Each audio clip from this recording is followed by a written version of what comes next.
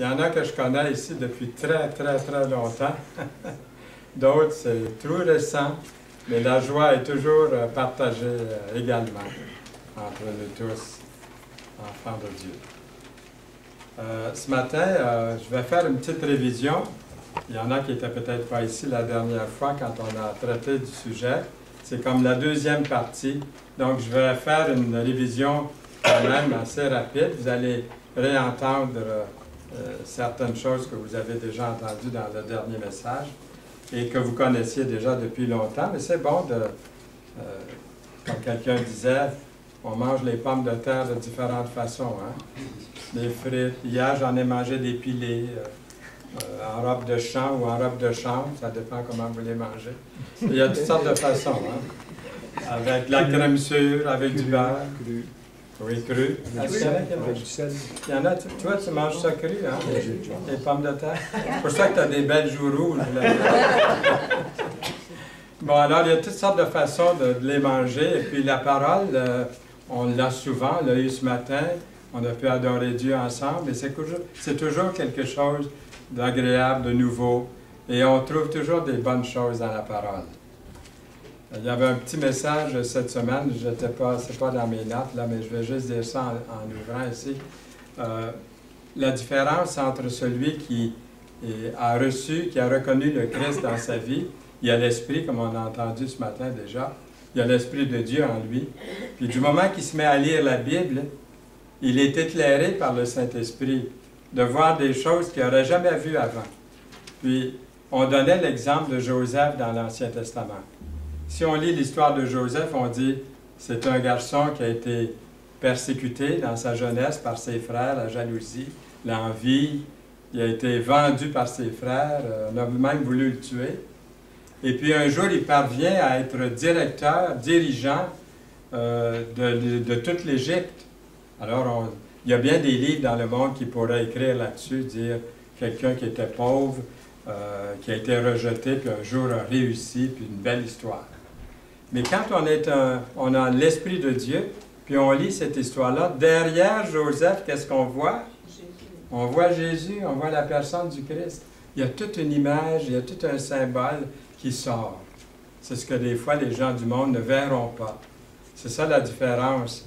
D'avoir l'Esprit de Dieu, quand vous lisez la Bible, ce n'est pas une histoire comme la sélection de Reader's Digest, mais c'est vraiment l'Esprit de Dieu qui vous montre des choses qui sont derrière les personnages, derrière le texte, derrière les versets. Donc, Dieu nous donne pas mal d'informations dans les Saintes Écritures pour connaître les temps dans lesquels nous avons vécu et que nous vivons aujourd'hui, que nous vivrons.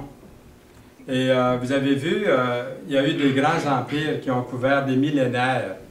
On a eu par exemple la Babylonie. C'était comme le temps des nations d'après l'Écriture, d'après la Bible. Il y a eu les Mèdes et les Perses, un grand empire. Ensuite, il y a eu les Grecs, un autre grand empire. Et puis il y a eu l'Empire romain. Et puis il y a eu, finalement aujourd'hui, il y a un empire de la fin des temps qui se prépare. C'est là qu'on est rendu dans notre étude. On a vu les autres dans les messages précédents. Et toutes ces choses-là se retrouvent dans le livre de Daniel, de l'Ancien Testament. Vous pouvez voir, suivre avec votre livre d'histoire de l'école ou de l'université, du collège, et puis prendre le livre de Daniel et puis dire c'est là qu'on est rendu. Et si tous ces empires-là ont eu lieu, et c'est vérifiable, est-ce que quand la Bible parle d'un avenir, lorsque la Bible parle d'un empire à venir dans les nations, est-ce que ça va se produire aussi? Certainement, les prophéties sont là pour nous l'avoir prouvé.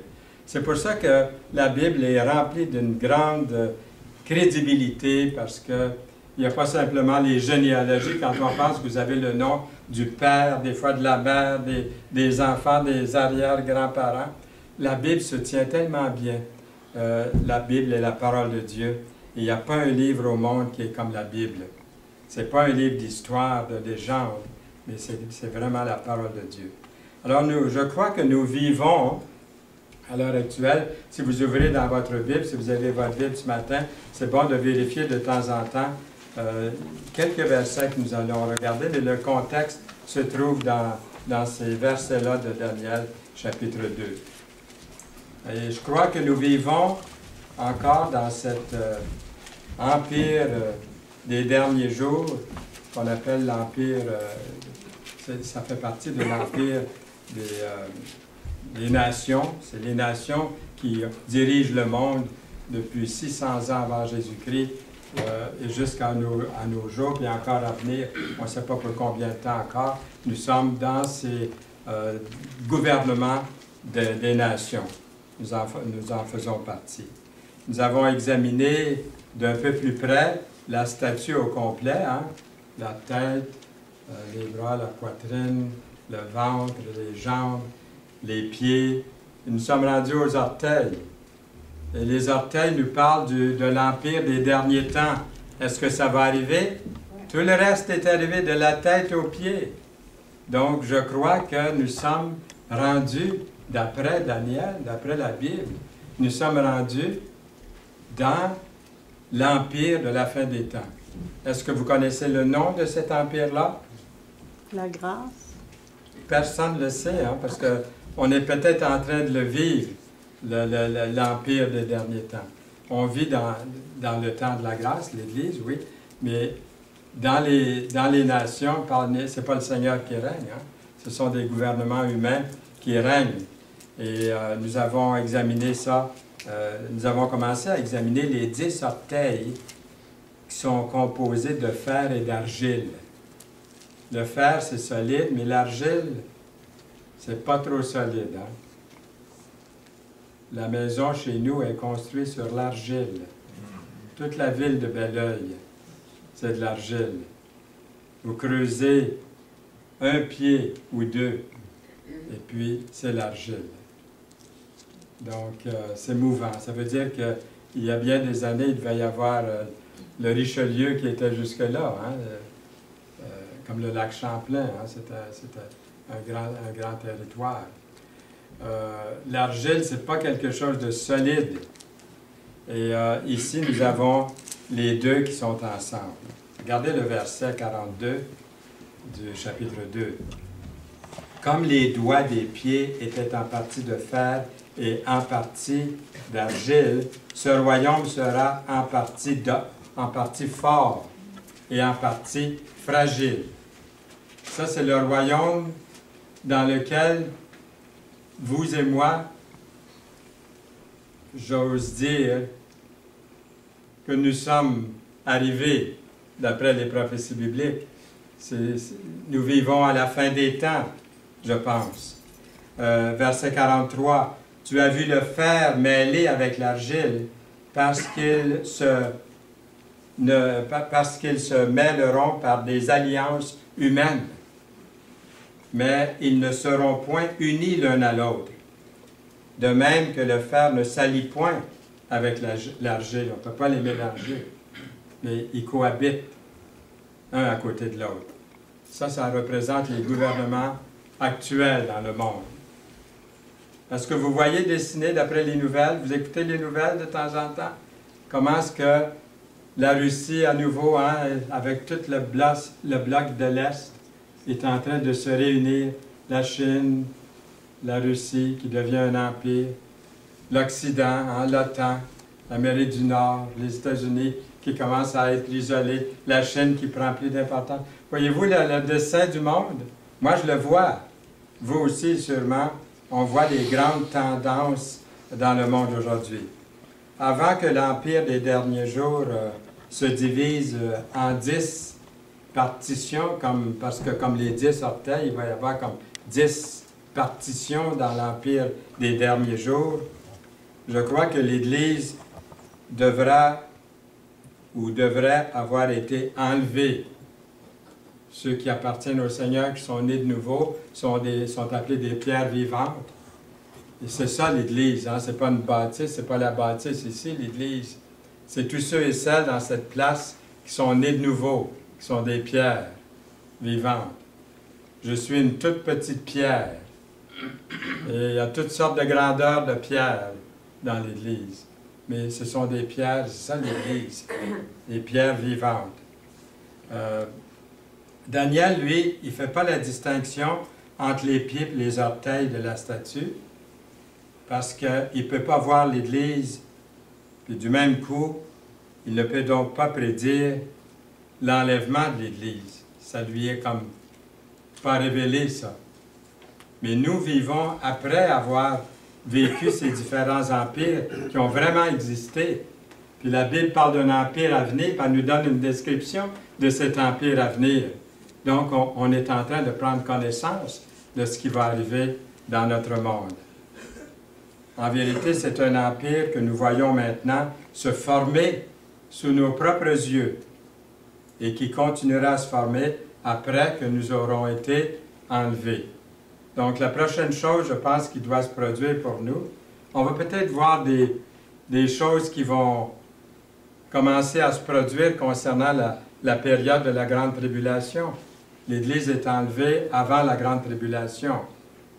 Mais la Grande Tribulation est comme divisée en deux. Il y a 3 ans et demi de paix, puis il y a 3 ans et demi de turbulence sur la terre. À quel moment l'Église est enlevée?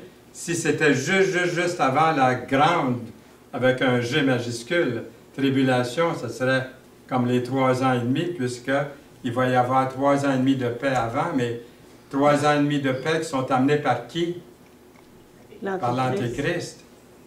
Et si c'était, on va lire le verset tantôt, je pense, si c'était possible, même que les élus soient séduits. Imaginez-vous un homme qui arrive aujourd'hui là dans le monde, puis qui se présente comme le Christ. Hein? La Bible l'appelle l'Antéchrist, mais il se présente comme le Christ. Puis il réussit à réunir les peuples des nations du monde en disant, puis finalement il crée une paix. C'est marqué dans la Bible que même les élus vont être séduits. Il va y avoir des... Si c'était possible, c'est marqué. Parce que les vrais élus, ceux qui appartiennent vraiment au Seigneur, ne pourront pas être séduits par ça. Mais il y en a qui vont être comme, ça se peut pas, ça doit être celui-là. Je ne sais pas si combien sont au courant que le pape s'est adressé à 10 000 pasteurs évangéliques dans une église aux États-Unis dernièrement. Vous êtes au courant de ça? Vous pouvez le voir si vous tapez sur Internet Kenneth Copeland et le pape, and Pope en anglais, and Pope. Vous allez avoir la conférence. Ou si vous tapez Tony Palmer. Tony Palmer, c'est un jeune homme qui a été élevé dans les assemblées de frères, comme il y a des jeunes ici qui ont été élevés dans des assemblées. Et puis un jour, il s'est converti après avoir été dans un foyer chrétien. Il y avait, je ne sais pas quelle sorte d'éducation. Il y a eu une éducation chrétienne évangélique, mais il est devenu prêtre catholique. Et puis, il est devenu évêque. Et puis, il a travaillé auprès du pape actuel. Je dis ça librement parce que tout le monde peut vérifier ce que je suis en train de dire là sur Internet. Vous pouvez aller voir ça aujourd'hui si vous voulez. Si vous avez votre tablette avec vous ici, vous pouvez tout de suite taper. Vous allez voir ce que je suis en train de dire, c'est là. Et puis, il a travaillé au Vatican, M. Palmer, cet évêque. Et puis, il a pu parler au pape François actuel des évangéliques. Et puis, le pape a eu la permission de parler à des pasteurs réunis dans une des plus grandes églises évangéliques des États-Unis, de Kenneth Copeland. Et vous allez voir, vous allez entendre le pape parler à ces pasteurs-là. Et j'ai vu qu'il y avait beaucoup de pasteurs qui ont été séduits. Ça m'a fait de la peine, ça m'a attristé de ne pas avoir plus de discernement.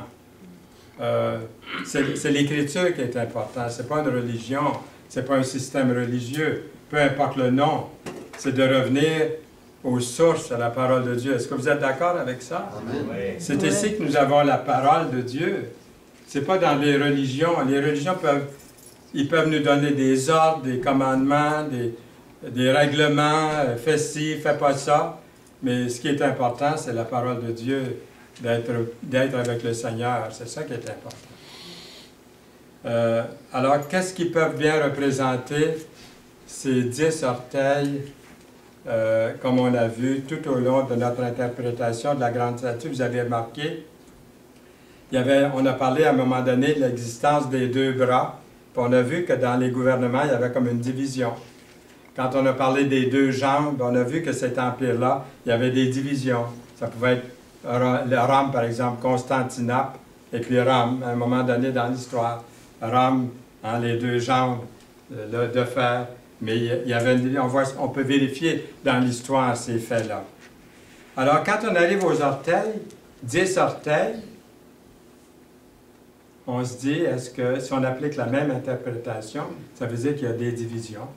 Il y a plusieurs divisions, là, ici.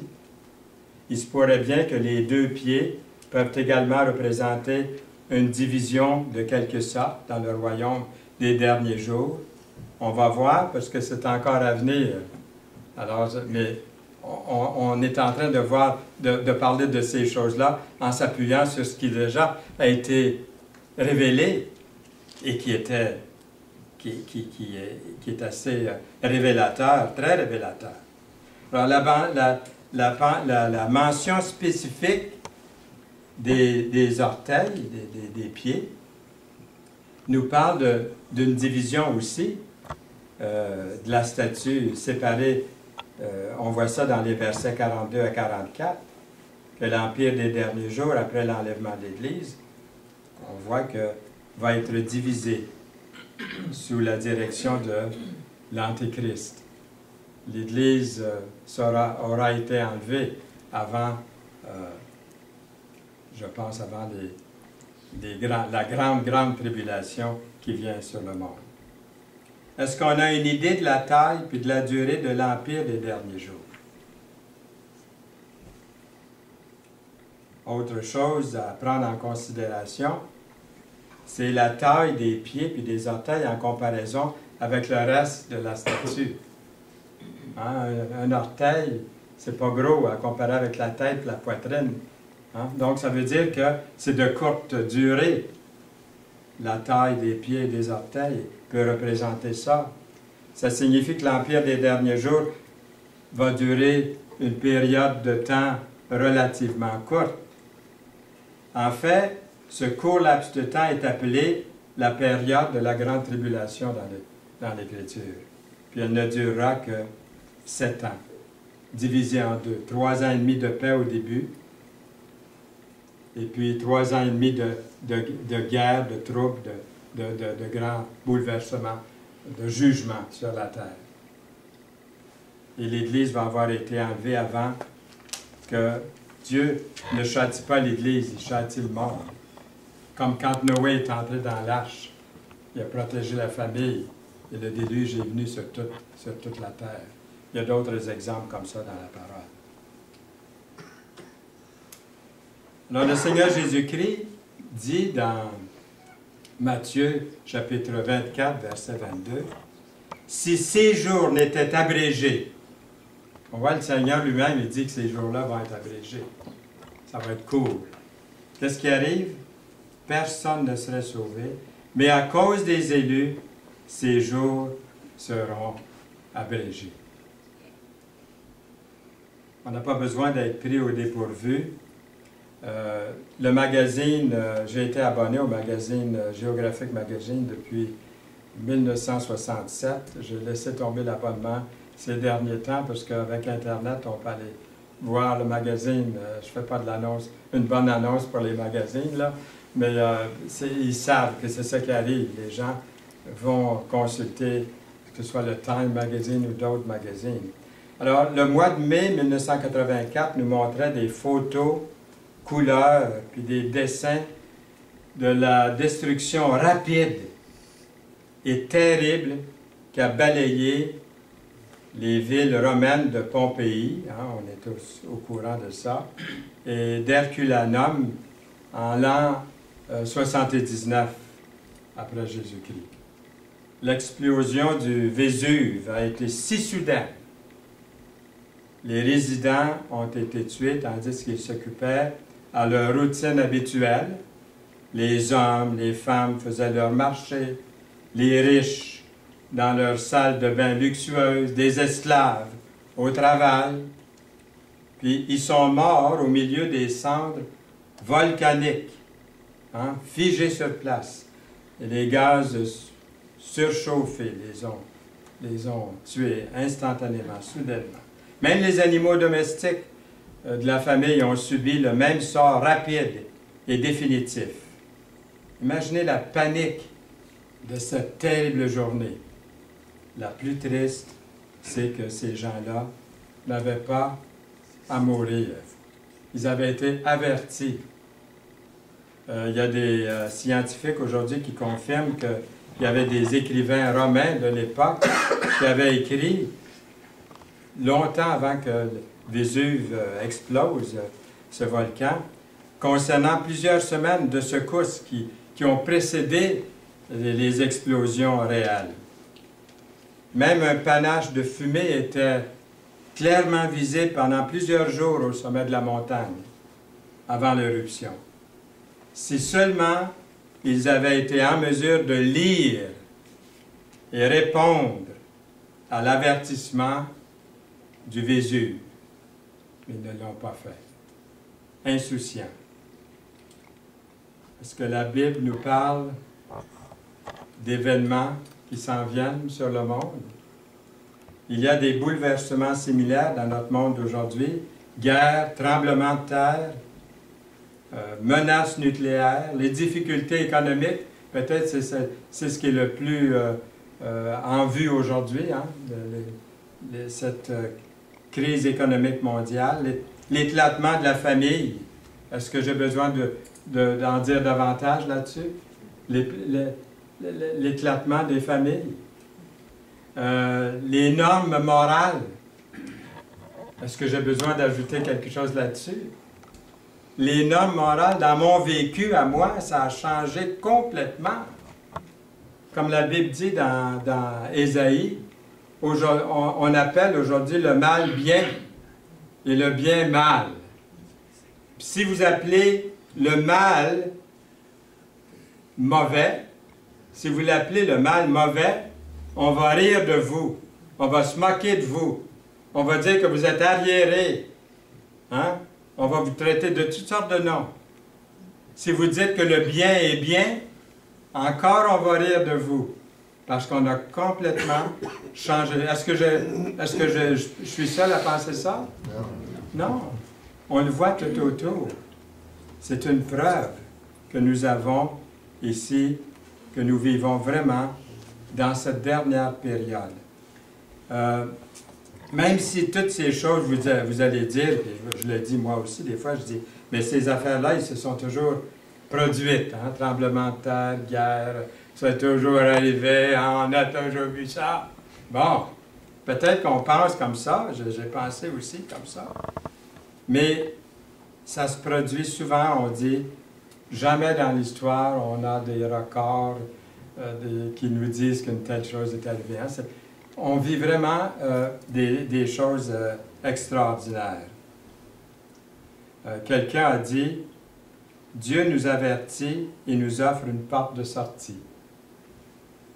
À tous ceux et celles qui prêtent attention, à tous ces bruits qui menacent et qui courent, de prêter attention.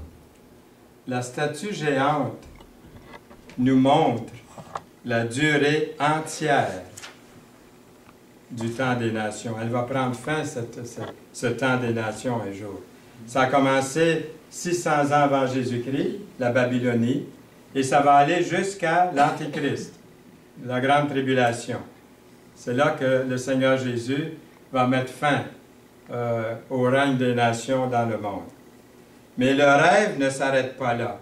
En fait, le rêve de Nebuchadnezzar, de cette grande statue que Daniel, avec l'Esprit de Dieu, a pu donner l'interprétation, révèle la formation d'un autre royaume qui va suivre celui des nations. La fin de l'humanité telle que nous la connaissons aujourd'hui. Lisons un verset ou deux dans Daniel, encore chapitre 2, versets 34 et 35 sur cet autre royaume. Tu regardais lorsqu'une pierre se détacha, sans le secours d'aucune main, frappa les pieds de fer et d'argile de la statue et les mit en pièces. Ça, c'est pas encore arrivé, là. C'est à venir. C'est à venir. Le point culminant du rêve de Nebuchadnezzar est la destruction de la grande statue par la pierre que tu as vue se détacher de la montagne sans le secours d'aucune main. Ce n'est pas un gouvernement humain, là. Sans le secours d'aucune main humaine.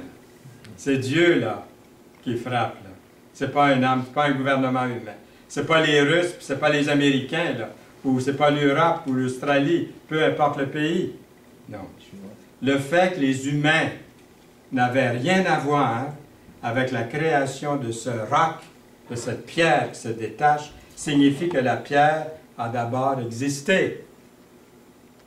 La roche a des origines divines, spirituelles. Ce n'est pas une création humaine. Ça, c'est quelque chose, là, de réaliser ça. Donc, qui ou quoi peut bien représenter cette pierre d'origine divine? La première mention du Christ comme étant la pierre se trouve entre parenthèses, là, dans la bénédiction de Jacob. Vous allez vous souvenir à son fils Joseph, par les paroles prophétiques que vous avez ici à l'écran, devenu le berger, le rocher d'Israël, prophétiquement. Ici, nous parlons du rocher dans Genèse, chapitre 49, verset 24. Dieu a destiné cette pierre pour un fondement sûr. Qui est la pierre? Qui est la pierre de l'Église? C'est Jésus, la pierre. Il est appelé la pierre. Une pierre éprouvée, une pierre angulaire, de prix. Regardez ce verset dans l'Ancien Testament, chapitre 28, verset 16 d'Ésaïe. C'est pourquoi ainsi parle le Seigneur l'Éternel, voici j'ai mis pour fondement en Sion une pierre éprouvée, une pierre angulaire, de prix, solidement posée. Celui qui la prendra pour appui n'aura point hâte de fuir. Malheureusement, les constructeurs ont rejeté cette pierre.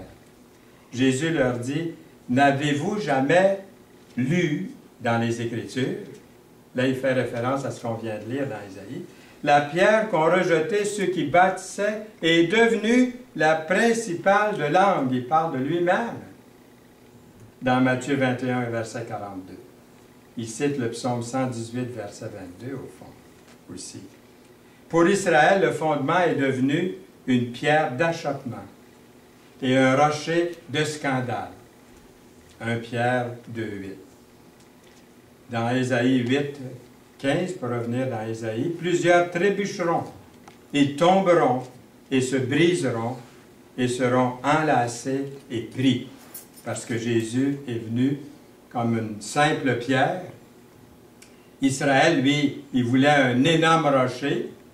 Il s'attendait à une montagne rocheuse. Hein? Il s'attendait aux rocheuses de l'ouest du Canada, peut-être. Et Jésus est une petite pierre, mais une pierre d'origine divine, d'origine spirituelle. Et c'est ça qui fait toute la différence. Ce n'est pas une origine humaine, mais vraiment divine. Donc, nous avons ce verset dans Ésaïe 8, verset 15. Et en refusant Jésus-Christ, Israël a rejeté le rocher, même pour lequel il continue d'attendre le Messie, Israël. Il l'attend toujours. Comme Paul le souligne, les Israélites qui étaient sortis d'Égypte sous la conduite de Moïse, ils ont tous mangé le même aliment, dans 1 Corinthiens 10, nous lisons, ils ont mangé le même aliment spirituel, qu'ils ont tous bu, le même breuvage spirituel, car ils buvaient à un rocher spirituel. Voyez-vous? Qui les suivait. Et ce rocher était, il n'y a plus de secret là, était qui? Christ. C'est sorti du sac. C'est clair? Est-ce que ça vous convainc? Avant de lire le verset, on était convaincus, mais là, ce verset-là vient vraiment mettre le point final. Mais pour Israël, Jésus-Christ demeure un rocher de scandale. Pas vrai? Dans 1 Pierre 2,8. Et pas seulement pour les Juifs, mais pour la majorité des gens dans ce monde, malheureusement. C'est un rocher de scandale, Jésus. C'est une moquerie, on se moque, on rit. On ne prend pas au sérieux. La Bible disait, le prophétisait il y a longtemps, un rocher de scandale. Une folie pour ceux qui périssent, nous dit même la Bible. Pour nous qui croyons, cependant, le Seigneur est une pierre vivante. Pour moi, le Seigneur est une pierre vivante, qui a été rejetée par les hommes, mais choisie et précieuse devant Dieu, dans 1 Pierre 2,4. Et c'est ce que nous sommes pour le Seigneur aussi. Une pierre vivante qui est choisie et précieuse pour le Seigneur. Au lieu de trébucher sur cette pierre, qu'est-ce qui arrive? Celui qui croit en elle ne sera point confus. 1 Pierre 2,6. Rappelons-nous que celui qui tombera sur cette pierre s'y brisera. Et celui sur qui elle tombera sera écrasé. Dans Matthieu 21, verset 44. Cette pierre-là, c'est Jésus-Christ lui-même qui frappe la grande statue. Image de la puissance de l'homme sur la terre, cette grande statue. Elle est frappée par cette pierre et elle est détruite. La pierre que tu as vue se détacher de la montagne sans le secours d'aucune main. Daniel 2,45. Son royaume à lui sera un royaume qui ne passera point sous la domination d'un autre peuple. Après le royaume du Seigneur, il n'y aura pas un autre peuple, un autre empire. Il brisera et détruira tous ces royaumes-là. Fini, ça va être fini. Mais ce n'est pas le cas aujourd'hui. On n'est pas encore rendu là. Mais est-ce qu'on y arrive? C'est ça, moi, qui m'encourage. Puis ce que je suis en train de le dire, je le vis comme vous. On est en train de le vivre, ces choses-là. On est en train de vivre des événements de la fin des nations. Alors, vous voulez avoir la date? À quelle date? Hein? À quelle date pensez-vous que cette pierre va se détacher pour démolir la grande statue? Je n'entends pas personne. Je ne connais pas la date, mais on attend, comme notre frère vient de dire. À quel moment le Seigneur va-t-il juger les nations? Avons-nous la réponse? On a la réponse. Je vais vous donner une réponse biblique. Celle-ci. Verset 44 de Daniel 2. Dans le temps de ces rois. On a la réponse! Mais c'est 10, les orteils, là. Hein? 10 rois ou 10 gouvernements, 10 quelque chose là, qui règne. Là, C'est ça, là, la réponse ici. Mais on les connaît pas encore. Je voudrais tellement les connaître que j'écoute les nouvelles attentivement. Puis des fois, je me dis, hop! Oui? Hop! Hop! Hop! On s'approche! On s'approche. Mais on n'est pas tout à fait là encore. Le temps de ces rois. Vous voyez, c'est une réponse. Quel roi? Quel roi? Eh bien, ce sont les rois représentés par les 10 orteils. Dieu viendra juger et détruire le pouvoir de l'homme à la fin de la période de la grande tribulation, alors que l'Antéchrist est au pouvoir sur toutes les nations. Dieu mettra un terme à tout ça et le temps des nations prendra fin à ce moment-là. Il faut dire qu'il y a des personnes aujourd'hui qui restent perplexes devant tous ces versets-là de Daniel. On peut comprendre, hein? Qui disent que le fer et l'argile, le bronze, l'argent, l'or ont tous été brisés en même temps. Il dit que ça a été brisé en même temps, donc tous les royaumes ont été brisés en même temps, c'est déjà fait. Mais on voit que ces royaumes-là ont été détruits les uns après les autres. Il parle d'un royaume qui n'est pas encore, d'un empire qui n'est pas encore détruit, qui va être détruit. Donc c'est à venir. Assez pour remettre en question, des fois, ils sont perplexes à propos de tout ça, puis ils disent tout cela pourrait arriver quand on considère que les empires des siècles passés ne sont plus là, sont déjà disparus depuis très longtemps. Et en tant qu'empire extérieur, comme Babylonie, c'est vrai, ça n'existe plus. Les Romains, ça n'existe plus non plus, c'est vrai. Mais nous devons réaliser qu'à chaque empire qui est tombé, écoutez bien, ses coutumes, ses connaissances, sa culture, etc., etc., etc., ont été absorbés et incorporés dans leurs successeurs. L'empire des derniers jours, par exemple, dans lequel nous sommes présentement, est en fait un mélange de tous les empires précédents. Pas vrai? Nous allons avoir la preuve de ce mélange-là des empires dans d'autres visions à venir dans le livre de Daniel et aussi dans l'Apocalypse, un peu plus tard à mesure que nous avançons. La pierre n'a pas seulement détruit l'image, elle a fait quelque chose d'autre, la pierre. La pierre qui avait frappé la statue devint une grande montagne, au verset 35 de Daniel 2. La pierre qui avait frappé la statue devint une grande montagne et remplit toute la terre. Avez-vous vu ça? Le voyez-vous? Vous l'imaginez? C'est quelque chose de très grand. Tout comme tous les autres royaumes, empires du rêve étaient des empires littéraux. Le royaume là, qui s'en vient, après que la pierre aura détruit les gouvernements humains, après l'Antéchrist, nous allons avoir un royaume aussi littéral que les autres l'ont été. Un vrai royaume. Jésus-Christ lui-même va mettre en place ce royaume sur la terre, sur lequel il doit gouverner lui-même et régner. Avez-vous hâte? Pas plus que ça? Soit dit en passant, ça met un gouffre à la théorie de certaines personnes qui prétendent que le royaume de Jésus sur la terre est déjà là, est déjà présent. Il y en a qui prétendent que le Christ reviendra sur terre quand l'Église aura travaillé assez fort pour mettre en place son royaume. Allez. Je vous vois faire non, vous aussi. Comme on peut le voir dans Daniel, le Christ n'a pas besoin de notre aide. Il viendra tout à coup, soudainement, sans nous téléphoner, sans nous envoyer un courriel, sans passer par Skype, en direct.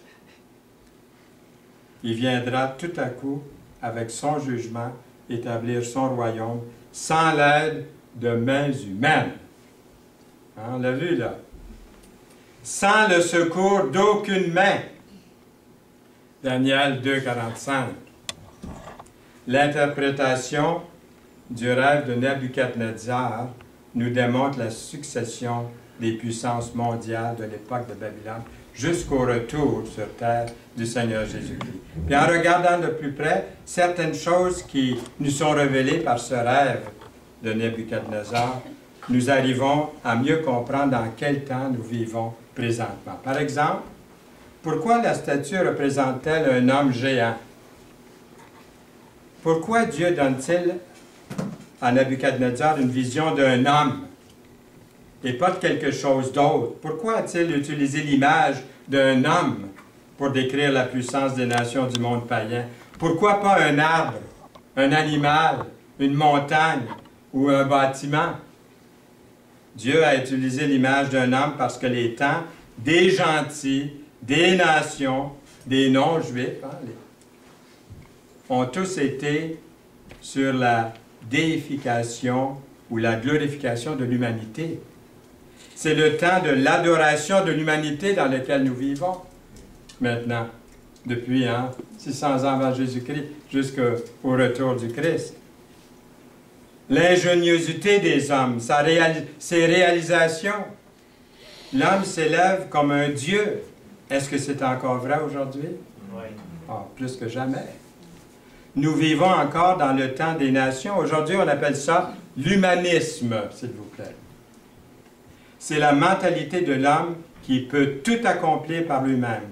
Voyez-vous que l'image d'un homme est un symbole approprié pour la période de notre époque? nous verrons que Dieu considère la puissance des gentils très différemment que nous en faisons. Une autre chose intéressante à propos de cette vision de la statue, ce sont les différents métaux utilisés pour décrire l'Empire.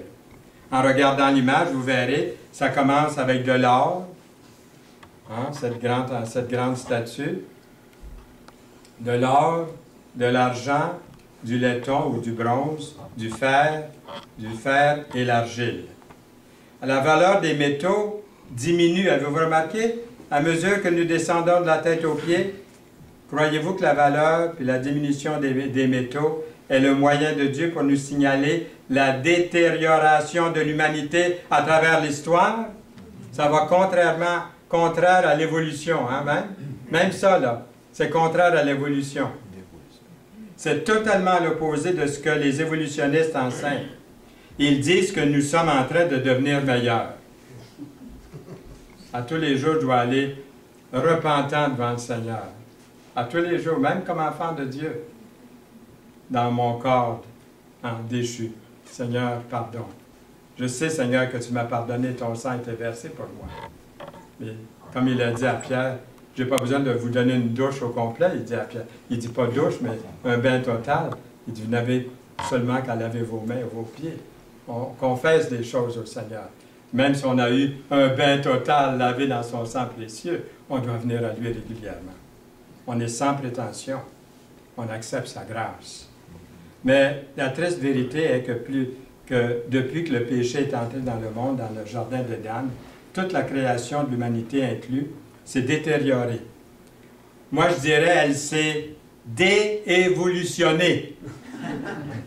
Oui, les métaux de la statue symbolisent cet effet-là, pas vrai? De la même manière, non seulement la valeur des métaux diminue du haut en bas, mais il en est de même du poids des métaux. Du poids des métaux. Jusque-là, l'or est plus lourd que l'argent, qui est plus lourd que le bronze, et ainsi de suite. Ça signifie que l'image est trop lourde. Hein, ça commence à peser pas mal fort. Ça va s'écrouler, ça ne sera pas long.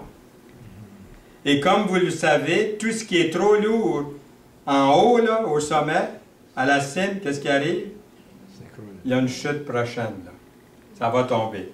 Mon grand-père aurait dit, ça va tomber.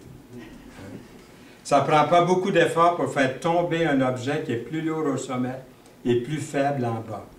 Et cette statue représentant les nations est trop lourde. Elle nous montre à quel point l'humanité est mûre pour une chute catastrophique. 600 ans avant la naissance de Jésus-Christ, Dieu a fait connaître aux rois païens ce qui allait arriver dans le futur. Puis, on a pu suivre ça. C'est ça qui est merveilleux. J'ai pu le suivre dans ma Bible. J'en ai la preuve. Puis il parle de l'avenir. Puis là, je dirais, ben là, écoute, ça a toujours été comme ça change. Écoute, c'est tout arrivé, là, ça va arriver. Tenez-vous prêts. Dans le futur, nous sommes arrivés au 21e siècle. Et nous regardons en arrière avec émerveillement, en réalisant avec quelle précision et niveau de détail toutes ces prévisions se sont accomplies. Ces prophéties-là ne sont pas comme toutes les autres prédictions. Elles ne sont pas vagues, mais elles s'appliquent aux événements historiques passés, présents et à venir. Elles sont minutieusement détaillées. À chaque détail a été et est encore en train de s'exécuter, de s'accomplir. Aucune autre religion ou système de croyance peut dire la même chose. Nous servons vraiment un Dieu impressionnant. Les visions à venir du livre de Daniel nous en disent beaucoup sur le passé, mais aussi sur l'avenir. Quoique ce n'est pas encore arrivé, on voit des signes, des choses, qui veut qu'on connaisse, puisqu'il nous les a donnés, ces détails à venir sur le règne final de l'Antéchrist dans un monde païen. Avec la réalité de ces événements prophétiques, ça devrait aussi venir me dire à moi, puis à vous, d'être prêts. Est-ce que vous êtes prêts aujourd'hui à partir? Allons au Seigneur en confessant, comme chrétien, comme croyant, en confessant, Seigneur, là je suis prêt. Et 10 minutes après, revenez au Seigneur encore. Il y en a peut-être plus que 10 minutes, là. Mais il faut revenir continuellement au Seigneur. Quand je me suis réveillé ce matin, hein, moi j'appelle ça la confession. La confession au Seigneur, c'est 1 Jean 1,9. Quand je me suis levé ce matin, je n'ai pas dit, bon, ben, quand je vais aller promener mon petit chien, là, je vais respirer tout l'oxygène que j'ai besoin pour la journée, là. Puis je vais arrêter de respirer après ça. J'ai tout respiré pour moi, la confession, c'est de confesser, c'est de dire au Seigneur d'avouer. Puis ensuite, il est fidèle et juste pour me pardonner et me purifier de toute iniquité. Alors je confesse, hein, je respire. Je confesse et je reçois comme je respire. Je n'ai pas fait ça durant mon culte seulement ce matin, puis j'oublie le Seigneur le reste de la journée. Mais je le fais régulièrement, comme vous le faites sûrement. C'est comme ça que nous voulons vivre pour le Seigneur. Alors en réalité, ces événements nous disent d'être prêts. Et toutes ces prophéties qui se sont avérées vraies jusqu'à présent devraient me convaincre, vous convaincre aussi, sans doute, encore plus d'être prêts à l'établissement de son règne. Jésus-Christ, dans sa parole, nous promet qu'il revient à nouveau un jour. Et comme nous avons chanté tantôt, on ne connaît pas le jour, mais on a hâte d'être dans sa présence. Jésus-Christ revient à nouveau un jour pour établir cette fois un royaume terrestre littéral. Il revient pour juger les gens, les nations, sur la façon dont ils ont traité ses enfants et sur la manière dont ils ont répondu à son appel à la repentance et au salut. Êtes-vous prêts pour son retour? L'attendez-vous personnellement? J'ai la nette impression que son retour se rapproche de jour en jour. Avez-vous fait le bon choix? Si vous ne l'avez pas fait, quel lieu merveilleux, cette charmante petite chapelle dans laquelle nous sommes réunis pour faire la paix avec Dieu. Je m'adresse peut-être à quelqu'un, je ne connais pas le cœur de personne. Il y avait notre fille qui est maintenant avec le Seigneur, elle est décédée à l'âge de 24 ans, comme plusieurs le savaient ici, d'un cancer des os. Elle a dit, j'ai tellement été au Seigneur souvent pour l'inviter comme sauveur, elle dit certainement que je vais être sauvé. Mais elle dit, je l'avais accepté une fois, mais elle n'a pas pris de chance, hein, comme entre guillemets. Chaque fois qu'elle a eu l'occasion, là où elle était assise, là après un message d'un prédicateur, de l'Évangile, ou après avoir lu quelque chose, elle a dit, Seigneur, je t'accepte comme mon sauveur, comme mon Seigneur. Elle dit, je l'avais accepté comme sauveur, mais elle dit, comme Seigneur, elle dit, il faut l'accepter souvent. Elle dit ça, si vous l'écoutez, tapez son nom sur Internet, dans Google, vous allez entendre son témoignage, on peut encore l'entendre aujourd'hui. Je l'avais interviewé à l'émission de télévision que nous avions à l'époque. Donc, c'est ça. C'est à tous les jours que vous venez au Seigneur. Alors, si ce n'était pas fait encore aujourd'hui, même si on est entré dans la chapelle, peut-être qu'il fallait venir au Seigneur, là. Et quel merveilleux endroit pour le faire ce matin. Que Dieu nous bénisse durant cette journée et durant les jours qu'il nous prête encore dans sa volonté. Amen. Amen. Seigneur, merci pour ta parole. Merci pour Daniel, que nous essayons de déchiffrer et défricher avec les prophéties bibliques. Et nous avons vu qu'il y a des royaumes qui ont été là, ils sont passés, ils ont été démolis, ils ont été remplacés par d'autres qui sont également disparus. Et finalement, tu nous parles de ces derniers royaumes, de ces derniers empires de la fin des temps. Et nous voyons bien que nous sommes dans cette période-là, après cette longue période de l'Église de 2000 ans. Nous sommes encore sous le règne des gouvernements humains. Et bientôt, nous voyons tes prophéties s'accomplir par ta parole. Nous voulons te louer ce matin, te remercier de la paix que tu mets dans notre cœur quand on a fait la paix avec Dieu par Jésus-Christ. Au nom du Seigneur Jésus-Christ, en effet, nous te prions. Amen. Amen.